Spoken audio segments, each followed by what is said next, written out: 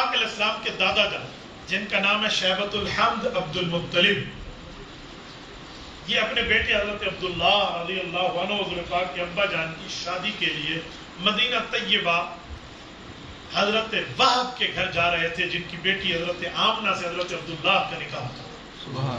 یہ نام یاد رکھو، عبد المطلب میرے نبی کے نانا جان کا، وہب میرے نبی کے نانا جان کا، آمنہ میرے نبی کی اماں کا نام ہے، عبداللہ میرے نبی کی والد کا نام ہے، اور فاطمہ بنت عامر بن عائض یہ میرے نبی کی دادی کا نام ہے، اور برہ یہ اماں آمنہ کی اماں حضور پاک کی نانی اماں کا نام ہے۔ یہ نبی پاک کے بارے میں اپنے بچوں کو باتیں حفظ کراتے ہیں۔ تو جب ان سے نکاح ہونے کے لیے حضرت عبداللہ کو یوں بازو سے پکڑا حضرت عبداللہ، چلیں سفر چلیں ابا جان چلیں۔ راستے میں بنو خزاعہ کی ایک بستی آتی تھی، وہاں بالا خانہ ہوتا تھا، ڈبل اسٹوری 2 منزلہ عمارت۔ اس زمانے میں کسی کا 2 منزلہ گھر ہوتا تو بھلے بھلے ہوتا تھا، واہ واہ۔ تو اس 2 منزلہ عمارت میں جو دوسری منزل پہ ایک راہبہ ہے جو تورات انجیل کی عالمہ تھی، اور اس جگہ گویا موٹر وے کا قیام و طعام تھا، لوگ اپنی سواریوں کو رکوا کے وہاں روکا کرتے کہ وہاں کچھ کھانے پینے کی ترتیب کریں۔ میں قیام و طعام اس لیے کہہ رہا کہ آپ کو سمجھنے میں بڑی آسان ہے۔ تو راستے میں قافلے رکتے، حضرت عبدالمطلب کو بھی قافلہ روکا۔ حضرت عبداللہ کو اس راہبہ نے دیکھا نا، تو اس نے اپنے ہرکاروں کو بھیجا کہ جاؤ انہیں ذرا روکیں، میں ذرا آ رہی ہوں۔ انہوں نے روکا اور ان کے پاس، اور حضرت عبداللہ کے قریب ہو کے انہیں اپنی طرف متوجہ کرنے کی بات اس طرح وہ کر رہے۔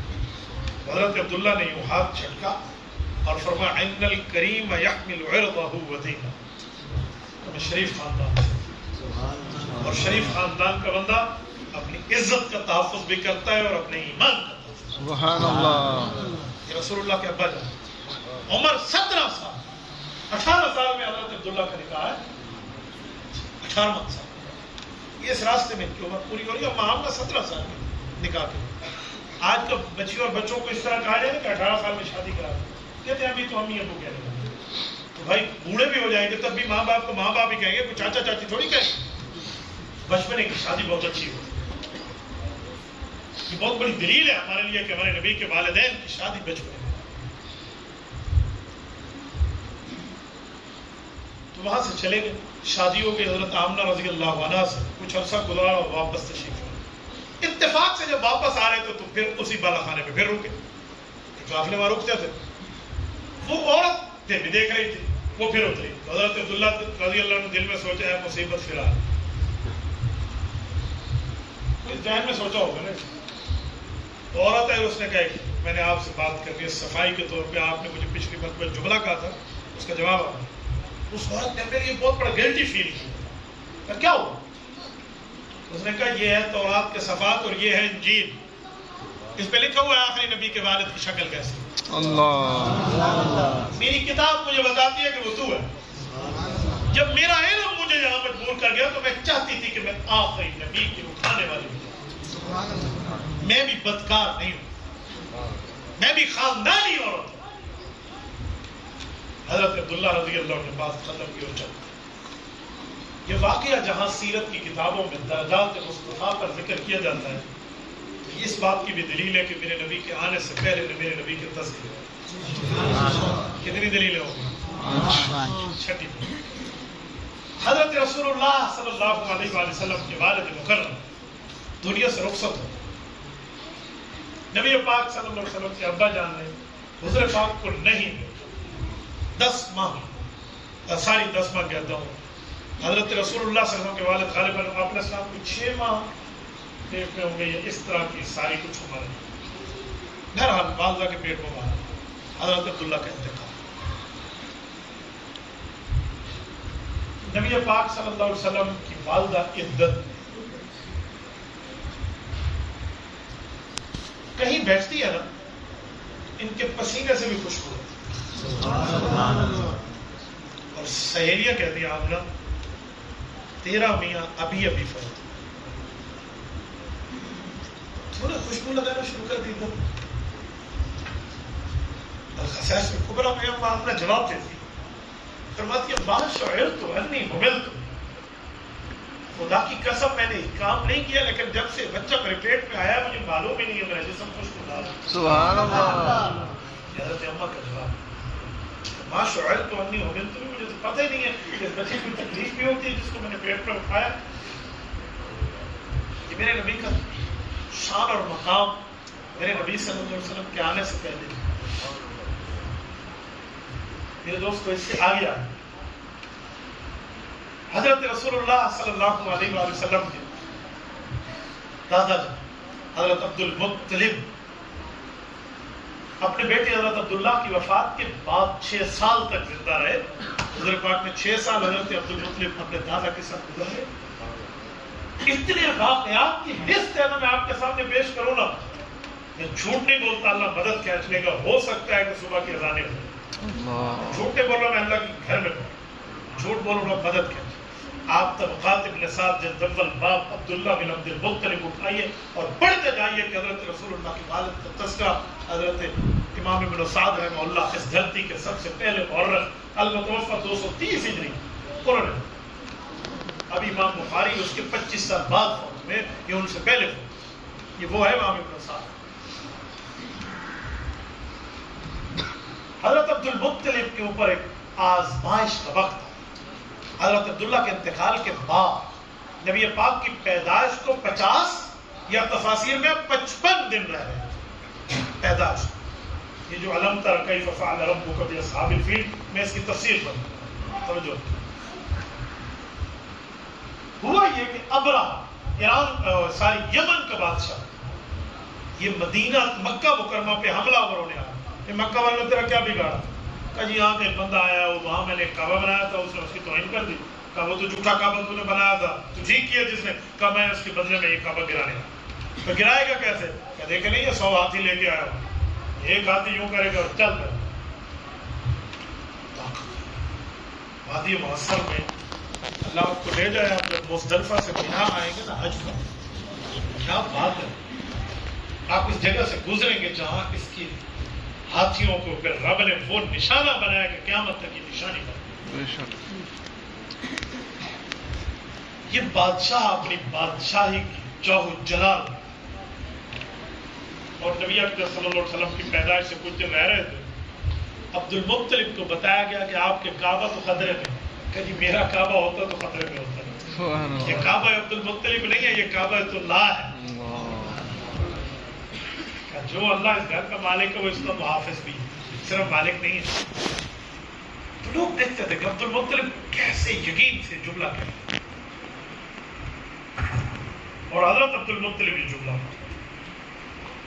کثرت سے فرما رہے تھے کہ دیکھنا کیا ہو. میرا ذہنت نہیں ہو بات اور بات میں آپ دیکھا میرے خیال میں وقت تو ملا جو عام طور پہ گھنٹہ گھنٹہ ہوتے ہیں وہ تو غالباً پورا نہ ہو گیا. توجہ. حضرت عبد المطلب کو بتایا گیا کہ اب تو ابرہہ قریب آ گیا اور اس نے آ کے اپنا عرش اور تخت لگایا وہاں پر اور آپ کے 200 اونٹ چل رہے تھے ایک چراگاہ میں. کہا جی ہاں. تو اس نے وہ 200 اونٹ پکڑ لی اور انہوں نے کہا آپ تو کعبے کا متولی میرے سامنے جھک کے آئے گا. کہا یار چلو اس سے 200 اونٹ چھڑاتے ہیں. حضرت بےزتی ہوگی مال کی خاطر اس کے پاس جا رہے ہیں. کہا جاؤ تو صحیح وہاں بات ہو جائے گی دیکھ لیں. کہا ٹھیک. جب نے بندے لے کر وہاں پہنچے کتب سیر نے لکھا ہے کہ ان کا جو چہرہ تھا نا حضرت عبد المطلب یہ نبی پاک کے شجرہ نسب میں دادا ہے نا، تو ان کے چہرے پر نور محمد دی دمک. ان کے چہرے پر یوں جو آنکھ ملا کے دیکھتا نا یوں آنکھوں سے آنکھیں چار نہ کر سکتا، آنکھیں جھکا. ان کے چہرے پر ایک روب تھا. یہ گئے اور اپنا نیزہ ان کے ساتھ تھا اور اپنے ترتیب کے ساتھ جیسے عرب جاتے ہیں گئے.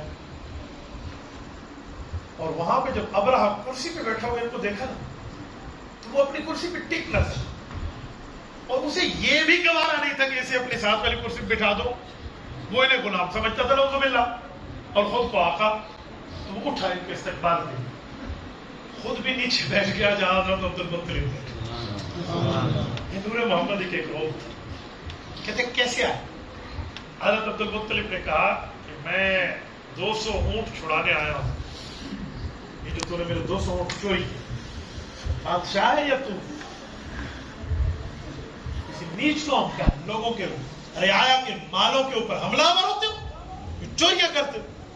چڑھائی کی بات کی نا تو اس نے کہا کوئی مسئلہ نہیں ہے، ہم تو آپ کے 200 اونٹ چھوڑ دیتے ہیں، لیکن مجھے بڑا عجیب لگ رہا ہے. کیا عجیب لگ رہا ہے؟ کہ تم کعبہ کا متولی ہے، کعبے کی بات تو نہیں کرتا جس کو میں گرانے آیا ہوں. اس کی کوئی معاہدات کر، کوئی ڈیل اس کی کر، کوئی ٹیبل ٹاپ، کوئی 50-50 میں تو بات بنے. اس کی تو نے بات نہیں کی، بات ساری کی ساری اپنے مال پر کر رہے ہو. کہ کیوں؟ حضرت عبد المطلب نے بڑا رندانہ جواب دیا. فرمایا تو ابرہا انا رب الابل وللبیت رب. کہا میری ملکیت یہ اونٹ ہے، مجھے ایک کی فکر، کعبے کا مالک رب ہے، تو اللہ تجھ سے نمٹ. سبحان اللہ. یہ پہلی چوٹ تھی جو ابرہا کو لگی کہ یہ لوگ تو بڑے بے نیاز ہیں اس معاملے میں، یار ان کو فکر نہیں ہے وہ کچھ ہو لگا. یہ پہلا مسئلہ تھا جس سے یہ پریس ہوا کہ یار میں نے 200 اونٹ چھوڑ. حضرت عبد المطلب آئے اور کہا اب دیکھنا ہوگا کیا. لوگوں کا اٹھو اور پہاڑوں میں چلو، مکہ خالی کر دو. شہر خالی کی اور یہ آیا اور ملتزم پکڑا اور پکڑ کے یوں دعا کی اللہم ان المرء یمنا رحلہ فمنا رحالکا وانصر علی آل السلیب وآبدیہ اليوم آلکا لا یغلبن سلیبہم ومحالہم ابدا محالکا. جروج پورا ایک لمبا میں قصیدہ آپ کو سناؤں تو وقت لگ جائے. پورا قصیدہ اس کا خلاصہ یہ ہے کہ میرے مولا یہ آل سلیب ہے اور ہم آپ کے کعبے کے متولی. یہ سلیب والے اب کعبے میں حملہ ہو رہے. میرے مولا ہر بندہ اپنے گھر کی حفاظت کرتے، آج تو بھی اپنے گھر کی حفاظت. سبحان اللہ. جرو جمیع بلاد کی یسبو عیالک. یہ جمیع اپنے جگہ سے اپنے شہروں سے اونٹ اور ہاتھی لائے ہیں کیونکہ آپ کے کعبے والوں کو کعبہ گرا کر گالی دے سکے. اللہ ہم تو تیرے کعبے کے متولی ہیں، ہمیں گالی، آپ کے کعبے کو گالی ہے. اللہ اس کے لیے کوئی کرم کا معاملہ فرما. یا اللہم نہیں ہے لاہم. یہ علماء جانتے ہیں یہ ایمرجنسی سچویشن، یہ کوئی اور دعا ہوتی ہے کہ فوراً دوسرے پہ پڑھ جائے. بددعا کا جملہ کہنا تو مناسب نہیں ہے، ان کا کوئی کام بد نہیں ہے. حضرت عبد المطلب کو میں دین ابراہیمی میں سمجھتا. یہ دعا مانگی اور چڑھ گئے اپنے ان پہاڑوں کی چوٹیوں پہ. اور پھر کیا ہوا وہ آپ بھی جانتے ہو. میں ایک ایک ابابیل آیا اور اس ایک ابابیل کے پاس 3 کنکریاں ہیں اور ایک کنکری چونچ میں اور 2 اس کے ایک ایک پاؤں میں، اور یوں پھینکتا ہے تو وہ گرتی نہیں ہے، وہ سینڈ ہوتی. کیا مطلب؟ میں سینڈ کروں نا ان کو تو انہی کے موبائل میں میسج جائے گا، ان کے موبائل میں نہیں جائے گا. یہ ہے سینڈ ہونا. انہی کے بعد تو اوپر نام لکھا ہوا تھا یہ کس کے لیے ہے، وہ اسی پہ جا کر رکھتے. اللہ گرتی نہیں تھی کہ اوپر سے گر جائے اور ان کو لگ گئی. ایسا نہیں، مصومہ سینڈنگ ہو رہی تھی، اوپر نام لکھا، وہ اسی کے پاس گئے. تو پھر کیا ہوا؟ کعصف مأکول. کعصف مأکول کا مطلب سمجھ گئے؟ یوں نوالہ لگایا روٹی کا سالن میں اور یوں منہ میں مزے سے چبا رہے اور درمیان میں کوئی کنکر کوئی ہڈی نکل آئی. بندہ نوالا اگل، جو چبایا ہوا نوالا ایسے بالکل کیش ہو کے اگل دیتے ہیں نا، یہ ہے کعصف مأکول. اللہ، یہ چبایا ہوا نوالا بن گیا. 7ویں نشانی ہے پاک پیغمبر صلی اللہ علیہ وسلم کے دنیا میں آنے سے پہلے حضور پاک کے تذکرے کی، حضور پاک کے دادا کا چہرہ دیکھ کے وہ ابرہا اپنی اس کے کرسی کے اوپر ٹک نہ سکے. زمین آسمان کی تعداد بھی 7 ہے، تو آپ یہ 7 دلیلیں بھی یاد کر لیں تو بڑی بات. اللہ تعالیٰ آپ کو رب صراط مستقیم عطا فرمائے، دین حنیف پر، دین اسلام پر عمل کی توفیق عطا فرمائے. اقول قولی ھذا واستغفر اللہ وآخر دعوانا